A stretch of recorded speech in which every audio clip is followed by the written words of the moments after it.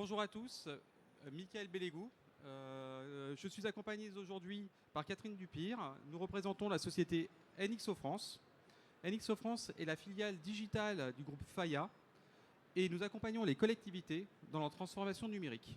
Nos secteurs d'activité sont les réseaux d'infrastructures, les communications ainsi que la cybersécurité. Dans nos activités au quotidien, nous avons de plus en plus de sollicitations de nos clients autour des opportunités à mettre en place de l'intelligence artificielle dans leur processus pour des bénéfices métiers. Aujourd'hui, au Salon des maires, nous avons décidé d'aborder cette thématique autour d'un cas concret, un retour d'expérience que nous avons pu travailler avec la ville de Suresnes autour d'un sujet concernant la relation citoyen.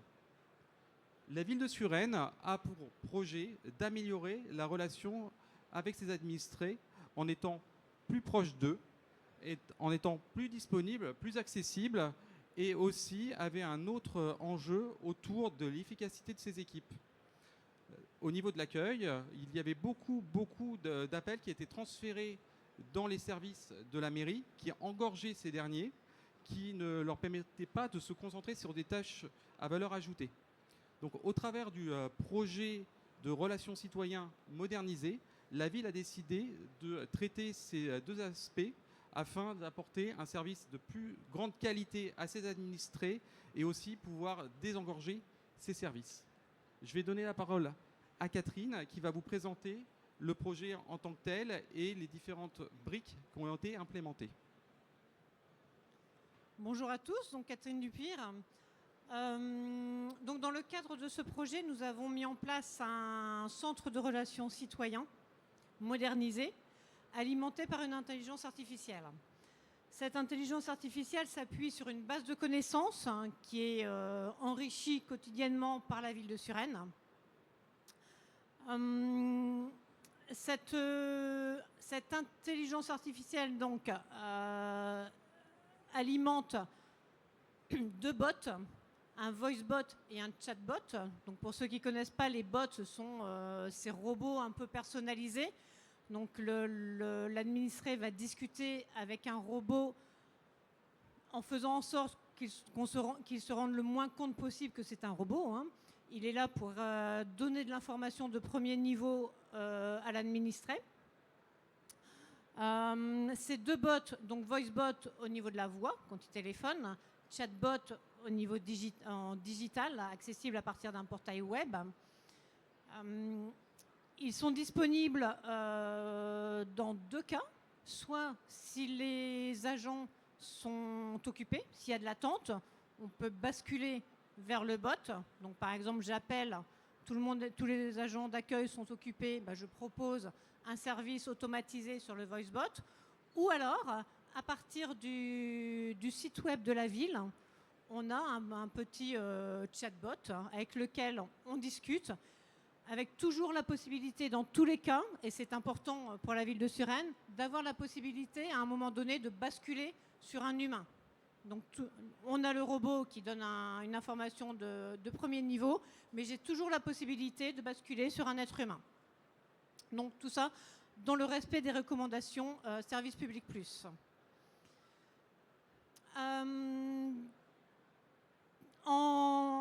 Oui.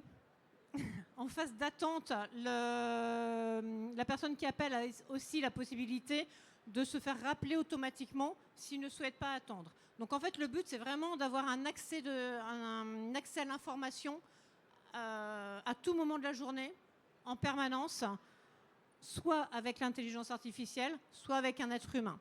Côté être humain, donc côté agent d'accueil, là aussi, l'intelligence artificielle intervient, puisqu'elle va pousser des réponses prédéfinies à l'agent.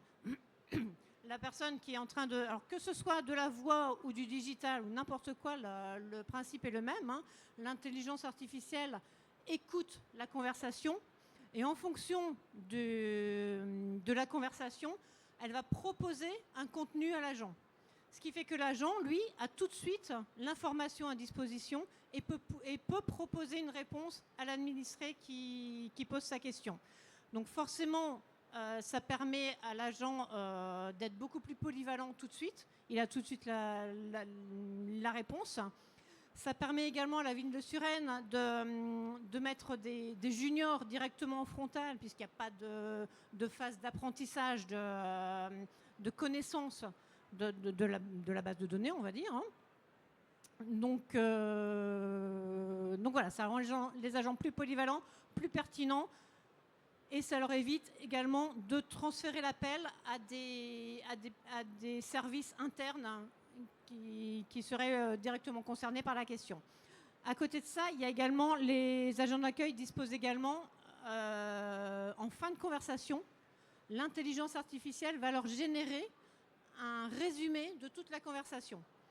Donc que ce soit de la voix, que ce soit du digital, une fois que la conversation est terminée, l'intelligence artificielle va proposer le résumé de la conversation, ce qui permet à l'agent, s'il doit transférer, demander un rappel, ou s'il doit transférer une demande à un agent externe dans les autres services, plutôt que de raconter tout ce qui s'est passé, il fait un copier-coller du résumé de la conversation, et là, toute l'information. Ouais, tu peux passer. Les bénéfices constatés, constatés mais aussi mesurés de la ville de Suresnes. Donc ça fait 10 mois qu'ils sont en fonctionnement. On a déjà constaté des bénéfices vraiment non négligeables. Je pense qu'ils sont très contents de leur solution. 2 choses importantes, l'amélioration du temps de traitement. Donc là où avant, l'ancien standard, on va dire, n'avait pas l'information, devait essayer de contacter qu'un service interne, d'essayer d'avoir la réponse, puis redonner l'information à l'administré. Ici, l'agent d'accueil directement peut donner un premier niveau d'information directement à l'administré. Donc soit l'agent d'accueil, soit le bot, mais dans tous les cas, on est passé à 60% des demandes répondues dès le premier contact, ce qui n'était pas du tout le cas à l'origine. La deuxième chose, c'est la réduction des transferts vers les services. Vous voyez à côté le petit tableau qu'on a. Quand on a mis en place le projet, ils estimaient, ont comptabilisé 65% des appels au standard étaient transférés vers les appels internes. Aujourd'hui, on est à 40%. Donc, et à 60% de réponses de premier niveau, là où on était à 35%. Donc grosse amélioration, tant au niveau qualitatif que quantitatif. Au niveau qualitatif, donc ça c'est quantitatif, donc les chiffres parlent d'eux-mêmes.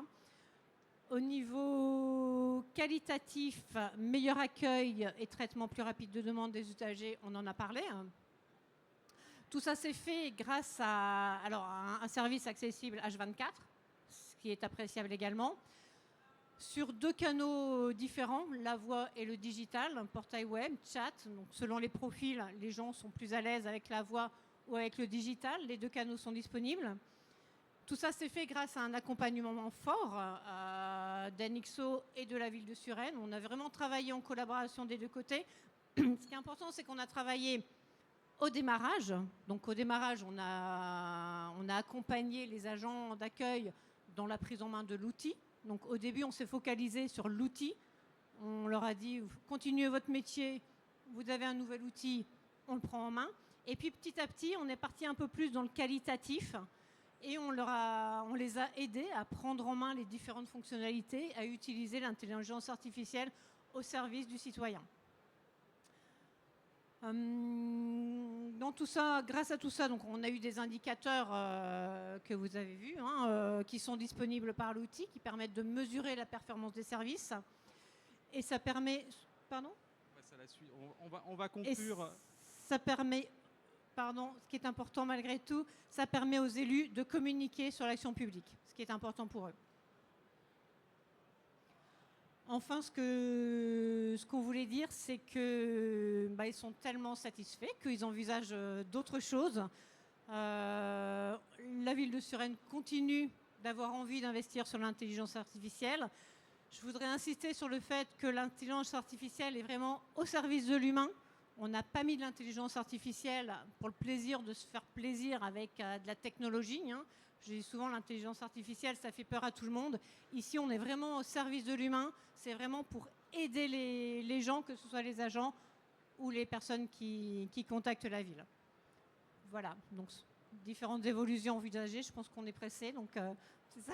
On vous invite à nous rejoindre sur notre stand au B99 au pavillon 4 pour détailler plus en détail ce cas d'usage et puis toutes les opportunités qu'offre l'intelligence artificielle dans l'ensemble de nos métiers. En tout cas, on vous remercie pour votre attention et bonne fin de salon. Je suis à votre disposition si vous avez des questions. Merci.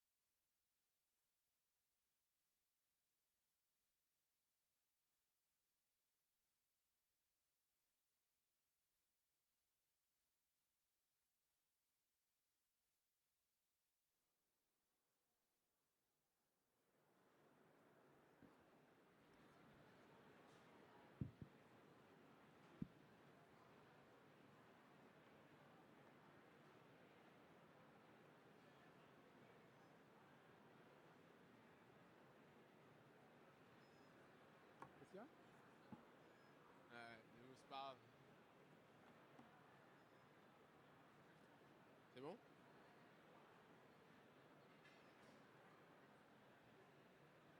Bonjour à tous. Alors aujourd'hui, je suis venu vous parler d'innovation dans le milieu de la boîte aux lettres, de la communication en boîte aux lettres. Moi, je suis tombé dans ce milieu il y a à peu près 8 ans, en job étudiant. Et à l'époque, quand on voulait communiquer en boîte aux lettres, on avait peu de solutions. Alors la première solution, c'est qu'on imprimait un nombre arbitraire de supports de communication. Nous allions voir un prestataire, on lui confiait nos documents et on priait pour que ça se passe au mieux. Et malheureusement, le résultat, c'est qu'on se retrouvait avec beaucoup de citoyens, de riverains qui effectuaient des plaintes disant qu'ils n'ont pas reçu le document, ou encore pire, qu'ils ont trouvé un paquet de documents dans la poubelle, ou encore pire, dans la forêt. Ce qu'il faut savoir, c'est que même aujourd'hui, le journal municipal ou la lettre d'information, ça reste le support privilégié des Français pour s'informer sur la vie de la commune ou pour détecter une information sur la commune en tant que telle. Alors l'idée de Flying for You, c'est d'apporter du nouveau, de l'innovation dans la manière de distribuer avec une distribution plus responsable et plus éthique. Dans notre méthodologie, en tout premier, nous, c'est qu'on va aller analyser la zone dans laquelle nous devons intervenir. Ça va être commencer par récolter des informations comme le nombre de ménages, le nombre d'habitants et la répartition des logements. L'idée derrière ça, c'est de réduire le volume d'impression et d'éviter le gâchis de papier. En moyenne, avec les communes qu'on accompagne, on arrive à faire baisser le volume d'impression de 15%. Ces 15%, ce n'est pas forcément le nombre de logements qui baisse, c'était tout simplement 15% qui étaient jetés à la poubelle. La deuxième idée derrière cette façon de faire, c'est qu'on a développé une technologie qui va nous permettre de savoir exactement combien de temps il va nous falloir pour distribuer l'entièreté de la zone et déterminer la composition de l'équipe, le nombre de distributeurs qu'il va falloir et combien de jours ça va nous prendre pour mettre tous ces supports de communication en boîte aux lettres. Sachant que le plus communément, ce qu'on fait avec les communes, c'est le journal municipal de la ville ou tout simplement la lettre d'information. Pour mener à bien notre mission, nous avons développé une application mobile qui est à destination de nos distributeurs. Cette application mobile, elle va les guider tout au long de leur distribution. Ça va leur dire exactement quelles adresses ils doivent toucher et quelles adresses ils ne doivent pas toucher. Ça leur sert également à faire de la remontée d'informations lorsqu'ils n'arrivent pas à toucher la boîte à lettres d'un riverain ou qu'ils n'arrivent pas à distribuer, ils vont pouvoir appuyer sur un bouton et ils vont pouvoir nous dire exactement où est-ce qu'ils n'ont pas pu distribuer. Cette information, elle est importante pour nos clients, pour qu'ils sachent exactement comment ça s'est passé. Chaque distributeur fait partie d'une équipe et cette équipe, elle est encadrée par un chef d'équipe. Le chef d'équipe, il a sa propre version de l'application mobile, sachant qu'il va pouvoir suivre en temps réel l'avancée de la distribution. Il va pouvoir réapprovisionner le distributeur lorsque celui-ci n'a plus de support. Et il va pouvoir aussi compter le nombre de supports que nous avons distribués et voir à peu près du coup où est-ce qu'on en est dans notre mission. Toute cette belle équipe de distribution, elle est encadrée par un chef de projet qui suit l'avancée de la distribution à distance. L'idée derrière la technologie que nous avons mis en place, c'est que notre application mobile, elle envoie des signaux GPS tous les mètres, ce qui nous permet de voir exactement la position de chacun de nos distributeurs en temps réel. Ça nous permet de voir que nous n'avons pas oublié d'adresse ou de rue, et ça nous permet de régler les litiges. Le chef de projet, après avoir consulté du coup cette carte en temps réel, il va pouvoir émettre un rapport de fin de campagne à notre client, lui donner du coup les photos de la distribution, lui faire une liste des anomalies potentielles que nous avons rencontrées et surtout les tracés de la distribution. Pour apporter encore un peu plus de transparence, nous avons développé pour nos clients un espace qui lui est dédié. Sur cet espace qui lui est dédié, il va pouvoir retrouver le tracé GPS des distributions, faire lui-même ses propres vérifications. Imaginons qu'un citoyen lui dit qu'il n'a pas reçu sa communication. Le client lui-même va pouvoir faire ses propres vérifications en tapant l'adresse du riverain sur sa carte et vérifier si oui ou non nous sommes allés à son adresse. Dans ce panel, ce qu'on appelle le panel client, il va pouvoir également retrouver la liste des potentielles anomalies et les photos. C'est pas noté, mais l'idée aussi de ce panel client que nous avons développé, c'est un espace collaboratif. Le client, il va pouvoir ajouter tous ses collaborateurs. L'idée, c'est que chaque personne soit au même niveau d'information et qu'on ne perde pas du temps à poser les mêmes questions à la même personne. Cette méthodologie qu'on a mis en place et que ça fait 5 ans qu'on travaille dessus, ça nous permet surtout d'améliorer la délivrabilité du courrier, être sûr que chaque citoyen qui doit être mis au courant d'une communication sur sa commune soit mis au courant. Ça permet aussi de réduire l'impact carbone de nos communications à l'ère où le papier est beaucoup challengé sur l'empreinte carbone que ça diffuse. Et aussi l'idée c'est d'avoir une commune qui est beaucoup plus satisfaite et des citoyens qui sont beaucoup moins mécontents. Si vous voulez avoir une démonstration, n'hésitez pas à venir nous voir au pavillon 6, sur nos stands K12. En tout cas, je vous remercie d'avoir écouté et je vous souhaite à tous bon salon.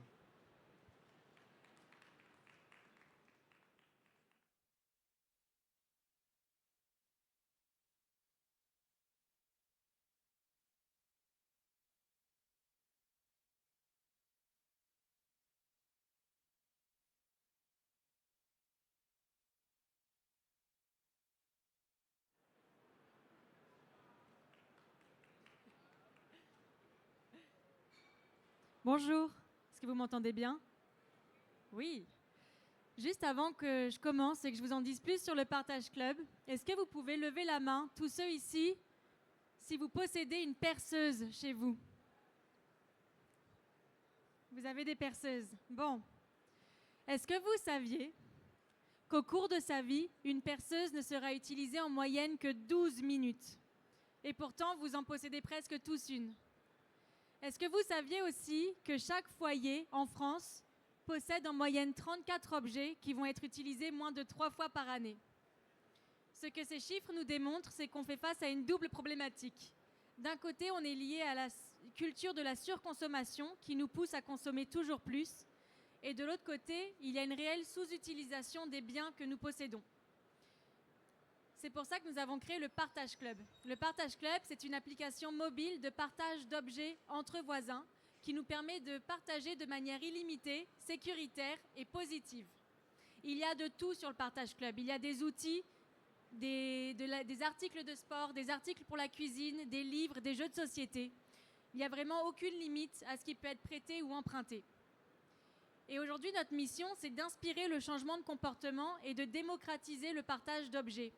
Parce que quand on a un besoin aujourd'hui, on va d'abord penser à acheter neuf De plus en plus, on pense à acheter usagé, mais on ne pense encore pas à emprunter.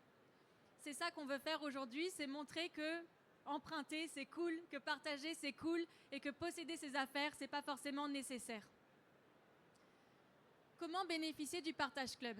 Donc, soit on est un citoyen, on télécharge l'application et on paye un abonnement annuel, soit on est une ville, on achète des abonnements et on les offre gratuitement à ses citoyens. Pourquoi les villes? Parce que les villes ont souvent des objectifs ou des plans d'action au niveau de la transition socio-écologique. Et le partage accélère la transition socio-écologique. Premièrement, parce qu'à travers le partage, on peut lutter contre le changement climatique. Parce que plus on va être nombreux à partager, moins il y aura d'objets en circulation, plus on va travailler au niveau de l'économie circulaire, de la réduction à la source. Le partage permet également de renforcer le tissu social, parce que plus on partage, un partage d'objets va venir avec un partage humain. Je vais vous donner un exemple qui peut paraître anodin, mais j'ai prêté mon gaufrier 3 fois à des voisins. 2 fois sur 3, mes voisins m'ont ramené des gaufres pour me remercier. C'est un geste qui paraît simple, mais grâce à ça, on a échangé ensuite, et puis on s'est échangé des recettes qui nous ont permis de sympathiser. Le partage, il aide également les ménages à économiser. On fait face à une perte du pouvoir d'achat. On a de moins en moins de moyens pour s'offrir des activités, pour s'offrir des objets. Et en partageant, on va venir pouvoir accéder à une bibliothèque d'objets gratuitement. Ma dernière grosse économie que j'ai faite grâce au Partage Club, c'est que j'ai emprunté une guitare électrique pour mon fils de 9 ans, qui vient de commencer des cours. C'est super cher une guitare électrique, mais j'en ai trouvé une sur le Partage Club. Donc imaginez, si vous pouviez emprunter de manière illimitée, le nombre d'économies que vous pourriez faire. Juste Fauve, qui est ici, mon associé, a économisé 6 000 $ dans la dernière année. Je parle en dollars parce qu'on arrive de Montréal, on arrive du Québec, mais imaginez en euros ce que ça pourrait donner. Et finalement, grâce au partage, on peut également réduire les dépenses des villes, parce que les villes ont des dépenses liées à l'intégration de nouveaux immigrants, liées à la gestion des matières résiduelles, qui est une conséquence directe de la surconsommation. Et donc, pour plusieurs autres aspects, plus on va partager, plus on va permettre aux villes de réduire leurs dépenses. Aujourd'hui, on a lancé au Québec il y a plus de 2 ans. On a connu un fort succès. Et aujourd'hui, on est en train de séduire le marché français et répliquer le modèle parce qu'on veut amener les Français également à partager et on veut les ramener avec nous dans le mouvement du partage. Alors, merci pour votre écoute. Nous sommes au pavillon 6, au stand A22.9. Si vous voulez venir nous voir, n'hésitez pas. Pavillon 6, stand A22.9. Merci pour votre écoute.